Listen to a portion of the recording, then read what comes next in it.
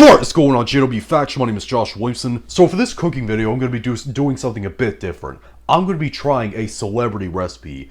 You guys know the wrestler Dwayne "The Rock" Johnson. He's one of my all-time favorite wrestlers. And I saw him make this insane-looking French toast, and I had to try it. I'm going to leave all the ingredients in the description box in case you want to follow it as well.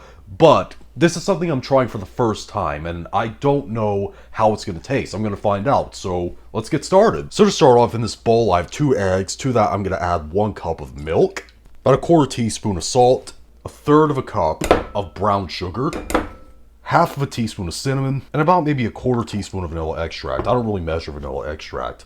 But anyways, what you want to do is just whisk all these together until they are very well combined and homogeneous. Alright, so the egg mixture is now made. It's not much of a custard if you really ask me, because it's, you know, a little bit thinner than a French toast custard. But anyways, now moving on, I'm going to soak this 2-inch slice of brioche. I let it get stale because I think French toast is always better with stale bread.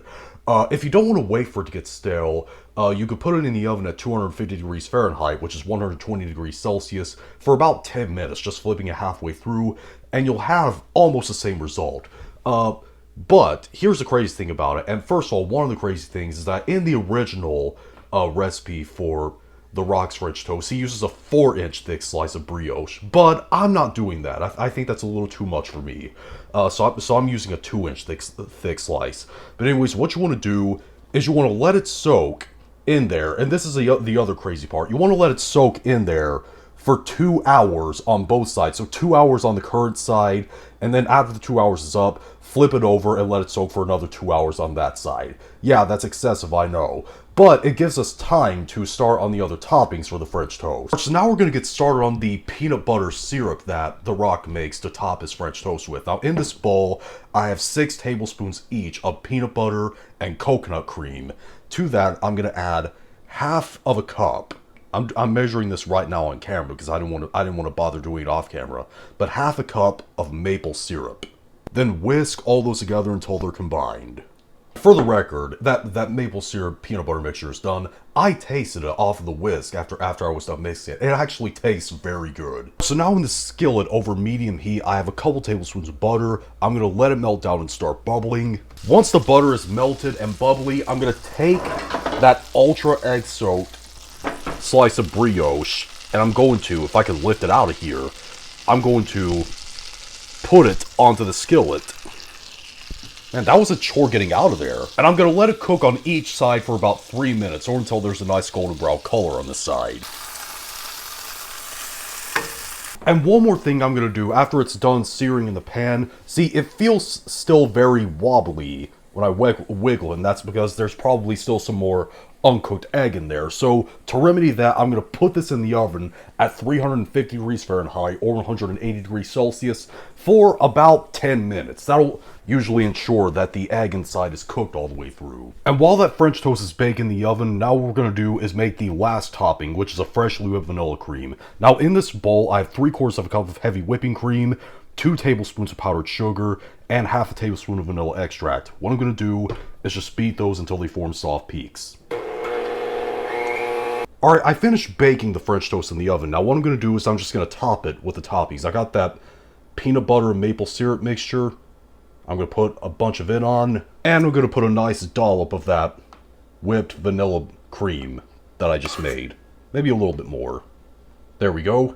Now, this thing looks awesome, but how's it going to taste? Let's find out. Here, have another look. Maybe I put a little bit too much of that peanut butter sauce on there, but I don't care. I love peanut butter, and that sauce actually tastes great. That peanut butter mixed with the maple syrup and coconut cream, it actually tastes very good. Let's cut into this, though. Alright. Oh, look at this. You see this right here? I don't know if I can bring it to the camera very well, but as you can see, it's still a bit wet on the inside. I don't know if that's safe, but it's a risk I'm willing to take, so let's taste this.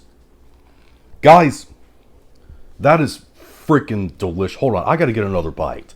That is so good. Wow.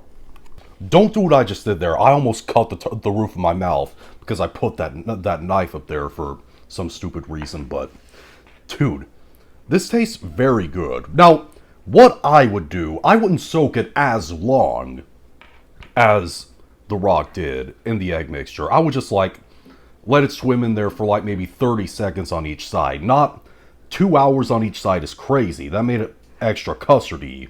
A little too custardy for my taste, but this is really good French toast. That, like I said, that peanut butter syrup is so good. And that whipped cream on top of it, wow. Overall, I'm going to give this a 4.5 out of 5. Like I said, the only thing that I would do different is not soak it as long as he did. I feel like the time he soaked it was a little too long. That's just my personal taste. But it's still an amazing French toast.